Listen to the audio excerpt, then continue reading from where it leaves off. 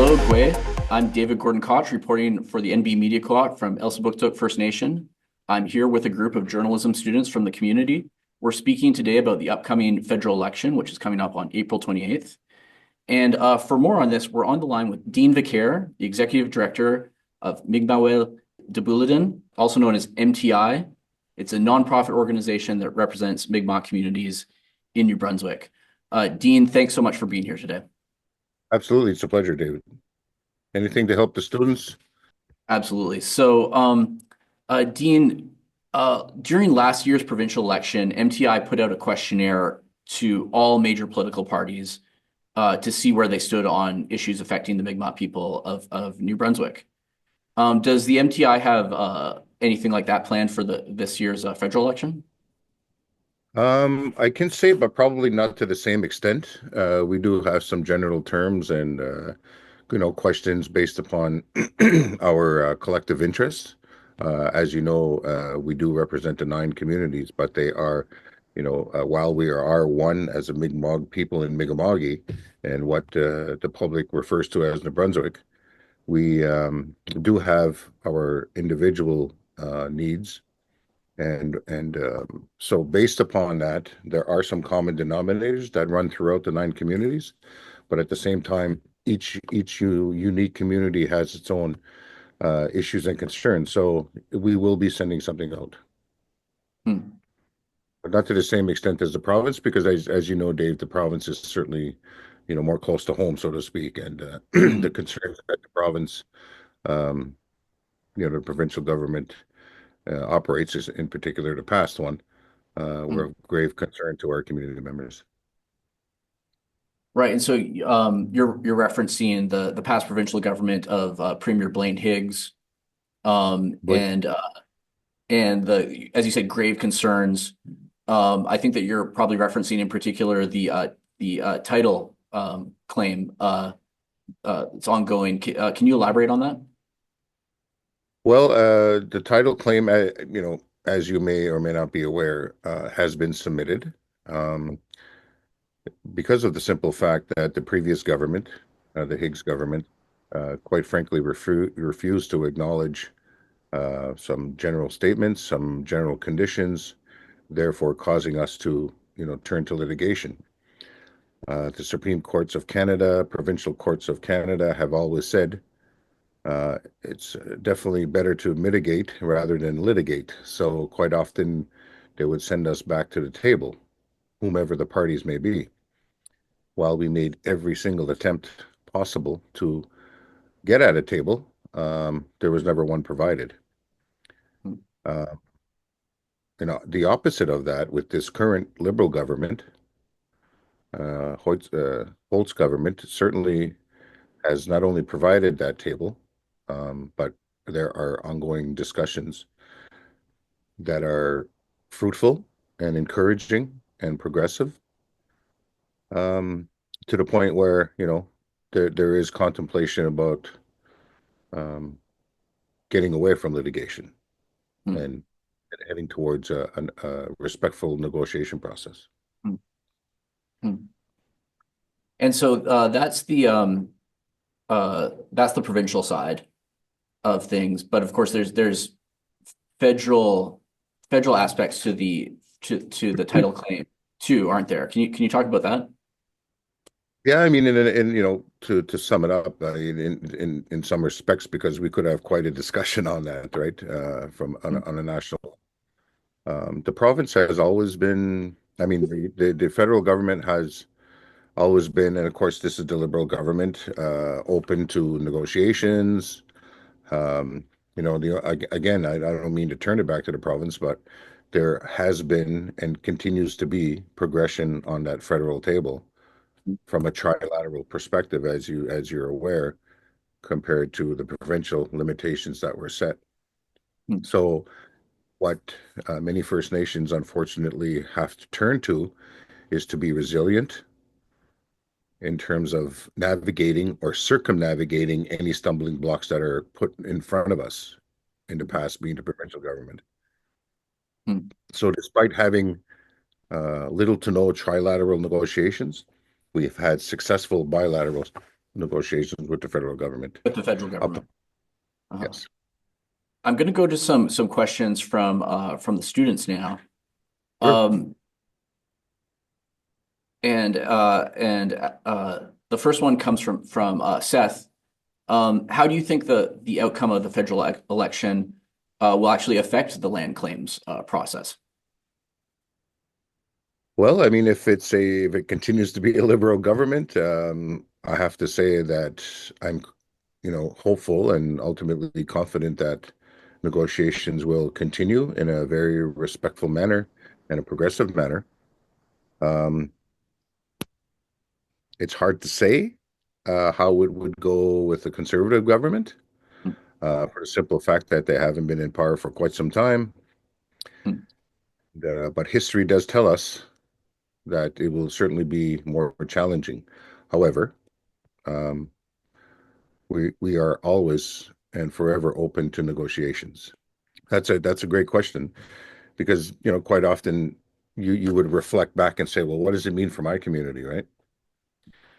And to be fair, for me to answer what it would mean for Elsipogtog, for in this case, I'm assuming Seth, you're from Elsipogtog, that it would be wrong of me to assume how it would look like for a couple of reasons. I'm not from your community, and two, and way more importantly, MTI will never be in a position to answer or direct any type of information that will speak for Elsipogtog, Hmm. because it should be the leadership from Elsipogtog that makes those demands and and discussions. What we are here to do is to provide support in any meaningful way to support the government. That is, the elected officials from Elsipogtog, and just as important, the members that make up Elsipogtog. A great question. Yeah, and that question was from Seth. And by the way, I am here with a group of students. They're feeling a little shy to be on camera right now, so reading out their questions on their behalf. All right, the next question comes from Lara. What about the problems of drugs and crime? How should the federal government tackle this issue, in your view? That's a great question because it's a concern that plagues not only First Nation communities, but all you need to do is drive down any city or street, in the larger cities, and you'll see that it's quite evident. Um, the simple answer is to provide the proper funding that is required for each of the communities, and that's it. Leave it alone. Don't send the money or offer contribution agreements with all these stipulations and telling the First Nation or directing or dictating to the First Nations how it's to be spent. The resource people in each of the respective community are well versed on the situation, are probably the best equipped on how to develop programs that are going to be effective, that will help, the individuals and their families, because it's not just the individual, that is dealing with this. It's impacted by the family and therefore impacted by the community. So I really think that, you know, providing the funding which they have an obligated, you know, um, they have an obligation to provide that. They should, like many of the health directors, being a former health director as well, they would quite often say, and many of them are, Mi'kmaq women that are in these positions to say, just give us the money, we know what to do with it, and we'll report back to you on how we, spent it. Um, I think through the health transformation process that is gradually happening, it's going in the right direction. So I hope that answers the question. But again, money is certainly not the solution. Money is usually the cause of a lot of problems, but it's the funding that needs to be provided to support the programs that the First Nation community resource people can implement. Hmm. And so you're talking about sort of just a follow-up from me, kind of uh, the kind of programs that would address kind of root causes of these issues. Absolutely. I mean, look, quite often many people would say it's a disease, it's a sign of weakness, but it is a direct cause of intergenerational trauma that has happened to our people via the residential school system, the day schools. I've heard under good resource that it's actually embedded within our DNA now to pass it off to our offsprings, that trauma Um, so it's like you're dealt a hand, but is it really a fair hand, right off the bat? And those challenges are going to be prevalent for generations to come, unfortunately. So, the fortunate thing about us being a resilient people, um, is that I believe, and we will, overcome it.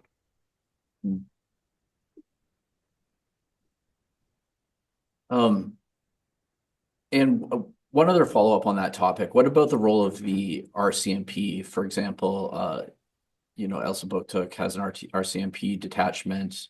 There was, of course, a tragic fatal shooting here last year, uh, police shooting. Do you think that more policing should be delegated to public safety authorities in First Nations? Absolutely. I mean, more RCMP or that sort of thing is not the answer.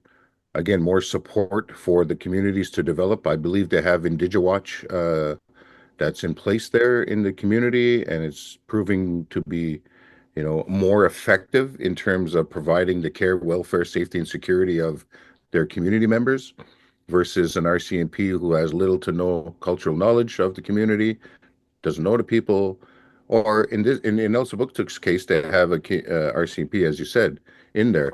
To what level of relationship they have, whether good, bad, or mediocre, is not. I don't know that. But again, I won't sit here in a position to say what should be the solution for Elsipogtog because it should be the Elsipogtog people that determine that. So that's a great question again, but it boils down to what works best for them. And Elsipogtog being the size that it is, they have the resources, the people, the staff to kind of do these programs on their own, so to speak. But they are connected with us. We have a peacekeeping program in the other 8 communities that is being operated and being very effective. We have ongoing training. As a matter of fact, I'm missing a graduation ceremony as we speak. Usually I speak and congratulate the graduates there. So, but some chiefs are there, so we made it so that I can do this. Well, thank you so much for making the time. It means a lot. And just to paraphrase a little bit, I think what you're talking about is a strong message of self-determination for First Nations. Is that Self accurate? self-determination, brother, is always and forever will be the goal. All right. So going to the next question here. Um, this one comes from Silas. Okay. Can you comment on how the current MP for Miramichi Grand Lake, we're getting very specific here, Conservative MP Jake Stewart has represented First Nations in his riding. Any comment on that, Dean? I've kind of limited knowledge about that. I mean, I try to know a little bit about everything, but it's challenging. But what I can say is that while he started out very progressive and very supportive, in my limited understanding and knowledge, was that it was welcomed from First Nations until ultimately push came to shove and some decisions were made. What those are, I'm not exactly clear, but it definitely changed the light and scope and perception of Jake Stewart Mm. with many of the not only well, not only the surrounding First Nation people, but a lot of them beyond that. Um, I mean, there's no point in criticizing anyone unless I don't mind doing that unless it's constructive, and I don't really have any constructive criticism to provide Fair because enough. I'm not well versed enough on it. We'll have to do some more local reporting on that topic. But uh, Jake Stewart bears mentioning is actually not running, not re-offering, as we say, Okay. for MP. There's someone else for the Conservative Party, but Maybe he's uh, seeing the writing on the wall. yeah, he might have seen the writing on the wall there. I have a So, comment about the impact of the First Nation vote, David, is very significant, and it's come to light in many of our communities. So, we do have definitely enough population to sway the vote. Well, can you elaborate on that? Because I think that was a factor, definitely a non-trivial factor in the defeat of Stephen Harper. Isn't that right? Absolutely. I mean, there's such a disconnect between municipal, federal, and provincial governments, in the election process with First Nations. Listigouche is in the province of Quebec, but in our review, we're still part of Gaspé. Um, so quite often, many of our people wouldn't participate in it until it came to the realization, that there is always a positive from a negative. So what Harper motivated our people through the Idle No More movement and really got the people out to understand a little bit more about politics, especially our youth, to say enough is enough. And we're actually going to register. We're actually going to get out and vote. And clearly, we all know history will right the wrongs that have been done with Harper and his government. So, um, the message is to get out and vote and participate, I guess, and it's hard to even say that because there's such a disconnect and such a deep, dark history that, Canada, quite frankly, still has a black eye regarding it. So there's lots of work to do. This one's from Natasha. In your view, how are Indigenous people being included in the political process for this election? Are we seeing enough representation? Yeah, so there's a couple train of thoughts there, right? And one being, you know, it boils down to the individual becoming knowledgeable about and or motivated to the fact, to face that reality. Do I want to participate in this colonial government Mm. process, or do I want to fight my own good fight in my own way? So whatever, that individual decides to do, there have been, as we all know, um, you know, people of this land who've decided to participate in that and, making strides. I mean, we have Wab Kinew, who's the premier in Saskatchewan. No, sorry, Manitoba. And we have others. We have Jaime Batiste, who's, elected official for the Liberal government and the first ever to throw his hat in the ring, so to speak, for the prime ministership. Nomination prime minister. Yeah, That's right, for a liberal leader. Yeah. the Yeah. leader, right? So it boils down again, and I'm not one to. I'm an educator at heart. I worked in the school system for 9 years, and I've always come across where we don't teach as teachers. We try to inspire people, and it boils down to that. You have to, resolve yourself to the fact: do I want to participate in this process? And if you do, then give it all you have. And if you don't, then there are other ways to, put up the good fight for our people. Uh, and a few more questions here. This one's from Seth. Um, what party do you think is best equipped to deal with American tariffs and the threats of annexation from U.S. President Donald Trump? That's a good question. The fact remains is we have two candidates. One's been a lifelong politician, that's Poilievre, and one hasn't at all, ever, who is now the prime minister. With that being said, his background, as you may or may not be aware, that I'm speaking to students, is that he's held some very high level positions that have dealt with the economy of various countries. You're So referring to to Mark Carney, of course, as the governor of the Bank of Canada and the Bank of England. of England, right? So I was just going to say I'm referring to Mark Carney, who is now the prime minister. If I had to choose one, I mean, to me, it's pretty obvious. I would, for two reasons, support Mark Carney because of his level of experience, and two, he's a liberal, and I'm 53 years old, and my entire life has been involved with politics, being a former counselor and a former chief in my community for many years. Mm, That in dealing with all levels, the liberal government seem to be at least the ones that are willing to sit at a table with you. mm, Conservatives, on the other hand, that has not been my experience in any way, shape, or form. So that's my answer. mm. does MTI, this question from me, does MTI endorse any particular political party? I think, are you speaking for yourself when you talk about your, I don't know, general preference for Mark Carney over the other Yeah, I'm major 100. front? Yeah. MTI is an apolitical organization. We're a nonprofit rights-based organization, so we have no political stance whatsoever. What I Mm. refer to is just my personal, because it was a direct question to me. And yeah, I answered it on a personal level. So yeah, the answer is no. MTI does not have any preference. In your view, is there a party that you think most Indigenous communities want to win? Well, let me tell you something. I'm going to put it bluntly, and I know this is being recorded, and I will stand by what I have to say as Dean Vicaire. They all beat us with a stick. The Liberals have the smallest stick. The Conservatives have the biggest stick. And there's been no other party in power, NDP or Green. God love them for trying.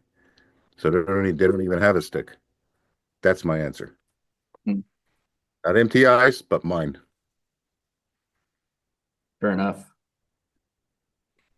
Um, And what is the top federal issue from your perspective when it comes to Mi'kmaq communities in New Brunswick? I mean, we talked about the land title issue. There's also fisheries and so on. There's many issues. Do you think there's a top issue from your point of view? Well, that's one. The top issue would be the title assertion case. Two would be the ongoing discussion with tax agreements. Mm. Uh, Three, of course, and four is close behind. Forestry, fisheries. There's a big topics. And our priorities from MTI are what the chiefs make as priorities. And I quite often say to my staff, and I quite often say to our legal team and our finance team that never will you see the chiefs have MTI as a priority, and they shouldn't. Their priority should be their communities, and it is. They make that clear. So we do the bidding of what the nine chiefs as a collective determine what is their priority, and we strive to make that happen from a technical aspect, from a rights-based aspect, and yeah, what's best for the ultimately for all the Mi'kmaq in our territory. Great. And just we were discussing this before we started the interview here as a class. Just can you sort of break down for us the current status, briefly, because I know it's a big topic, of the land title process in New Brunswick. I believe that we have one on the west side from the Willistoke nations. On the east side, we have Elsipogtog, and then separately MTI on behalf of the other eight Mi'kmaq communities. Is that correct, or can you break down? Yeah, Well, there have what's been, yeah, no, for sure, David. I will not comment about the ballistic way because it's not my place to. Um, with regard to Elsipogtog and Kobit Lodge, we've been communicating tremendously, in a positive way. Um, as as we all know, as Ilnu people, being together on every aspect is stronger. Together, we're stronger, and that's the goal. Um, so we're working in a way where we're complementing each other. It's not, one doing something and one doing the other.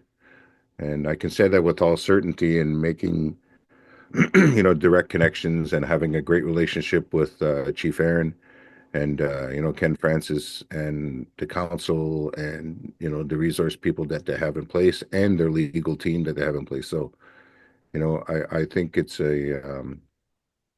going in the right direction, and I think it's long overdue, to be quite honest.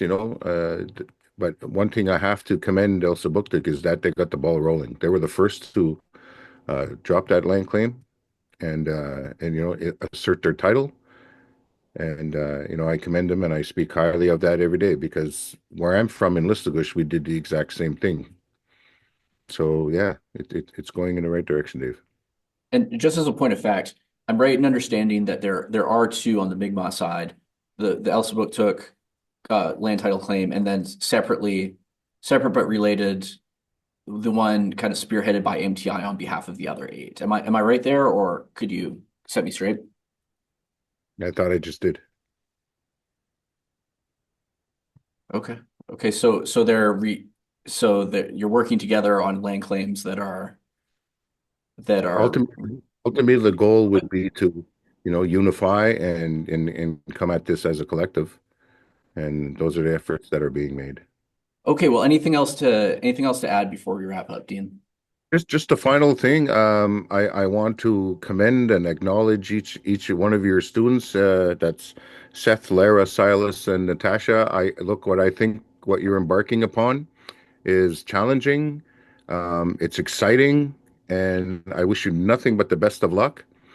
We are always looking for building our communications and media team.